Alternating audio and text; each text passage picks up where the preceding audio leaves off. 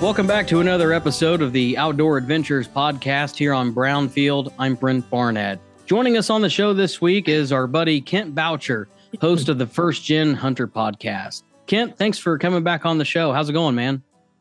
Hey, it's good to be back, Brent. I want to apologize for my appearance a little bit. I'm pretty grimy, sweaty, and dirty. It's a busy day at work today, working on the soybean planter, and we have a post-direct sprayer that had some problems with it, so I was working on that too. So I don't look too ready for the deer woods right now. I think every deer in this square mile would smell me if I went into the woods. But I'm happy to be here back on the podcast with you. You're just getting those food plots ready for the fall, right, man? Yeah. Well, in a way, I guess. Yeah, I can hunt where I work. And so, the hard work now can pay off. That's for sure. Well, hey, I wanted to bring you back on the show this week. So we've had a lot of turkey hunting interviews here the last couple of months. We've had several segments on mushroom hunting and mushroom foraging. Man, I've had deer hunting on my mind. I don't know what it is, but just kind of got the interest flowing back again with deer season. I know we're several months away from getting to bow season, but is this something you're thinking about as well? Are you starting to kind of get the adrenaline going for deer season? That's a good question that you asked there, Brent. And I would imagine everyone would expect me to say a resounding yes. But you bring up an interesting thing there in saying that it started getting real for you now, because I think that's a different time for each hardcore deer hunter. I think that's a different, like that brain switch goes off at a different point in every off season for people. And usually for me, excuse me, that switch doesn't get flipped until the first real cool morning. So, I mean, of course, I think about deer hunting every single day. In fact, I think I just had a dream a couple nights ago. I guess it wasn't deer hunting, but I dreamed I picked up a giant shed somewhere. So I'm always thinking about whitetails, right? But when I really start getting that that itch is when I think when we have our first cool morning. Maybe in August, there's an unseasonably cool morning or something. And it's like, okay, I need to really be getting dialed here. And I mean, I practice with my bow all through the summer and all that stuff, of course. And I'm wanting to get on some tree stand setups a little bit earlier this year than normal. We just had our fourth child here recently. So my wife is on maternity leave. And of course, I got more responsibilities around home, but normally she works on weekends. And now she's off on weekends, which gives me some more time to maybe get out and do some of that work. So who knows? Maybe the switch will come early for me once I start doing some tree stand work, because that has been a trigger in the past too. Once I start monkeying around with tree stands, like, okay, I'm ready to sit in this thing and be having a bow hanging here next to me. So, my trigger hasn't been flipped yet, but it will be, whatever that thing is, that trigger for me is this year. It'll be kind of what you're feeling right now. I'll feel that adrenaline rush and I'll feel that urgency that you're describing right now. And it's a good feeling. So I'm glad for you that, but also you're a tortured soul now too, because man, we got some time before we can get after these big old Iowa bucks here. But maybe go south into Missouri. And I think their season starts on what is it? September 15th, something crazy like that. Yeah. So Nebraska's like September 1st, right? I think you're right on that. Yep. And I think Wisconsin is around the same time as Missouri. I think they're the 15th. There's somebody I think Wisconsin is September. There's somebody somewhere around here that's August, I think even, but I could be wrong on that. Yeah. For me, Kent, it's always about time, late May, early June's when I start getting my bow back out and really start practicing. I won't say every day, but maybe every other day. Just go outside 20 yards cold during the day and just, shoot 10 arrows or so and just kind of keep my muscle memory fresh that way. And then, I'll do some 3D archery shoots throughout the summer as well, off and on, just here in the area that we live. And so that always keeps me going as well. So I guess a lot of it for me is driven by just practicing with my bow. And that just kind of gets that interest there. Is that something you do a lot of? I've never done a 3D shoot. I've been invited to do them, and I just need to do them. I have a friend named Robbie Nance. So, Robbie, if you hear this podcast, buddy, I'm acknowledging I need to get out there and shoot with you sometime. He heads up an archery club over in, or I don't know if he's the head of it. I think he's on the board. I don't want to embarrass him here, but he's somewhat important with this archery club out in Washington County, and he helps set up a couple different 3D events, and I just need to go and do one.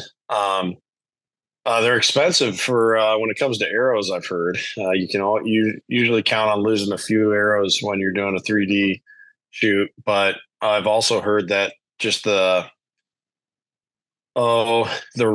is the right term here, the realness, the reality, maybe, I don't know, realism, I don't know, whatever it is, more realistic feel to it that like ups the pressure for the shots, as opposed to just taking some different range shots or maybe even some different angled shots in your backyard. So I need to go do it, but yeah, mostly I just practice in my backyard. I do some creative stuff with that. We have an old silo bunk on our farm here, and there's a flat roof that goes over top of that, just a tin roof. And so I'll get out an extension ladder and climb up to the top of that thing, and then put a deer target, my own 3D deer target that I have down, and just practice shooting from an angle, from elevation, and I've always thought I should, and maybe I will this year. I have a ladder stand that's hanging around in one of my garages that I could probably pop up on a tree here in the yard and maybe do some tree stand practice from there. But yeah, I try to practice as much as I can all through the summer. And a target that I'd really recommend, I think I've mentioned this in other podcasts that we've done, is the Dead Nuts Outdoors targets. I think it's a better version than a 3D archery target. 3D archery targets are great in a lot of ways. The ways that I think they aren't great is they're almost never life size. They're usually a 1/3 scale. They're a pain in the neck to store. They cost a lot of money. When they get shot to pieces, they are expensive to replace, and become pretty much useless. And the other thing I don't like about 3D targets is it is so ridiculously hard to get your arrow back out of that thing. You got to have like an arrow puller or whatever. And keep your thigh out of the way when you pull that knockout, so you don't give yourself a nice little cherry on your leg or something.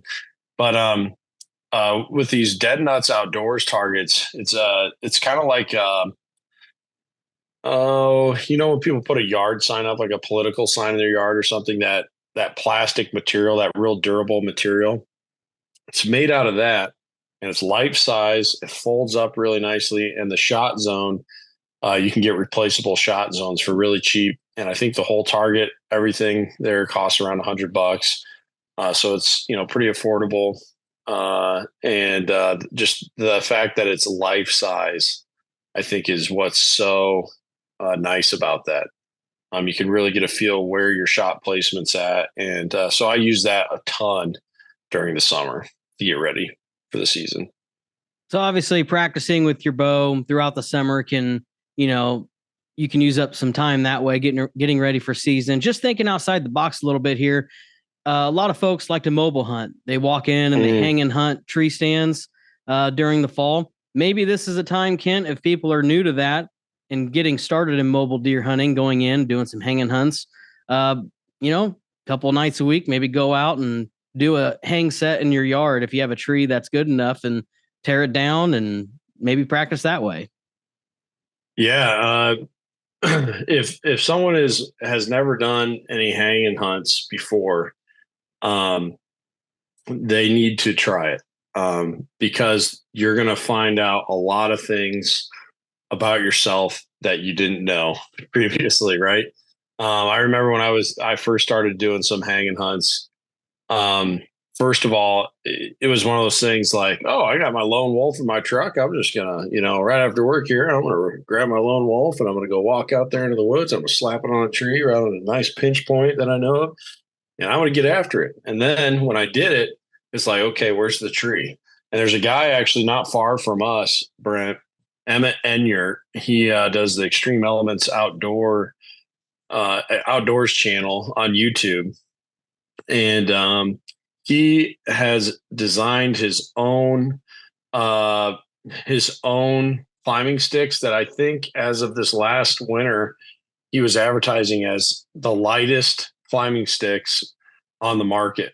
And the brand is Cat Trax, CATTRAX.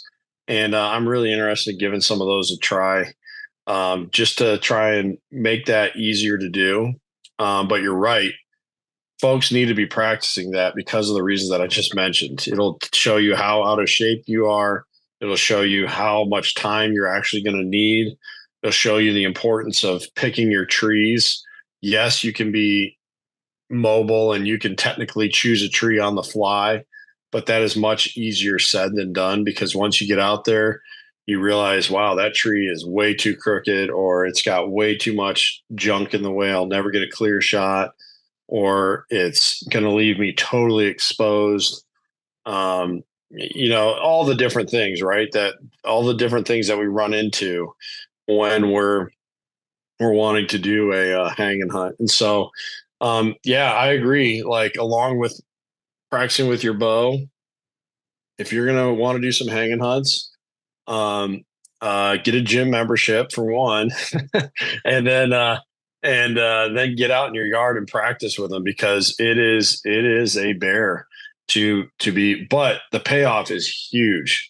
I would say the best, most consistent big buck killers that do not have a whole bunch of pre-hung sets on some private farm that they own or something like that. So guys that are hunting public land or permission land and they're bouncing around between farms, those guys, they have mastered the art of doing a hang and hunt. And even look at, the founder of Lone Wolf, Andre DeQuisto, probably one of the best big buck killers in the last 30 years, period. Not just in Iowa, not just in Illinois, not just in Wisconsin, just period. He essentially invented the hang and hunt, mobile tree stand system as we use it today. And same thing goes for climbers. I've never used a climber. They scare me too bad. That is definitely, any tree stand is a safety concern, but climbers, I feel you need to be even a little bit more cautious, and you might even have to prep a tree a little bit more too, to make sure you have a clear path to get up that tree and no branches in the way. But yeah, I think that's a great point, Brent, is if you want to do mobile hunting, you need to be practicing that just like you're practicing with your bow. Yep. Very good points. Kent, how can listeners stay connected with your podcast? Yeah, great question, and thanks for having me back on, Brent. Always a good time talking with you, buddy. We do need to get together and do some shooting this summer. You can try out that dead nuts target I was telling you about. But yeah, the best way to stay connected with me is to just pull up the First Gen Hunter podcast. Right now, airing episodes every Friday. There might be an occasional Tuesday drop in there. I was doing Tuesdays and Fridays, but with the arrival of the new baby, I gotta be doing more dadding these days and less podcasting. So I'm down to usually just one show a week, but it's a great show. Last night I just interviewed Jake DeBow from New England Naturals. Some of you may have seen him when you're scrolling on Instagram or Facebook. He's a big time trapper up in New Hampshire. And we talked about trapping and why it's important, what's the outlook for the future, a little bit of the history on it, how it's under attack in our country right now. And so, you can hear great content like that and of course, all sorts of other things that would suit your interest. But yeah, definitely tune into the First Gen Hunter podcast. And also, I host the Prairie Farm podcast for my workplace, Oxy Native Seeds, and we interview all sorts of people from the ag, hunting, conservation world, and it's just another great podcast that I'm a part of, and I think people would enjoy that. And of course, you can follow along on social media at first.gen.hunter on Instagram, and Facebook should take you to the same place, I believe. So, yeah, thanks, Brent. You bet. Best of luck to you. Always good to catch up, Kent, and congratulations on the new addition to the family. Yeah, thanks, man. I really appreciate that. She's doing good. She's got her mom's good luck, so everything else should be easier for her. That's great. Well, hey, hope you have a good one. Have a good season. Again, that's Kent Boucher with the First Gen Hunting Podcast. And thanks a lot for joining us here on Outdoor Adventures this week. I'm Brent Barnett with Brownfield.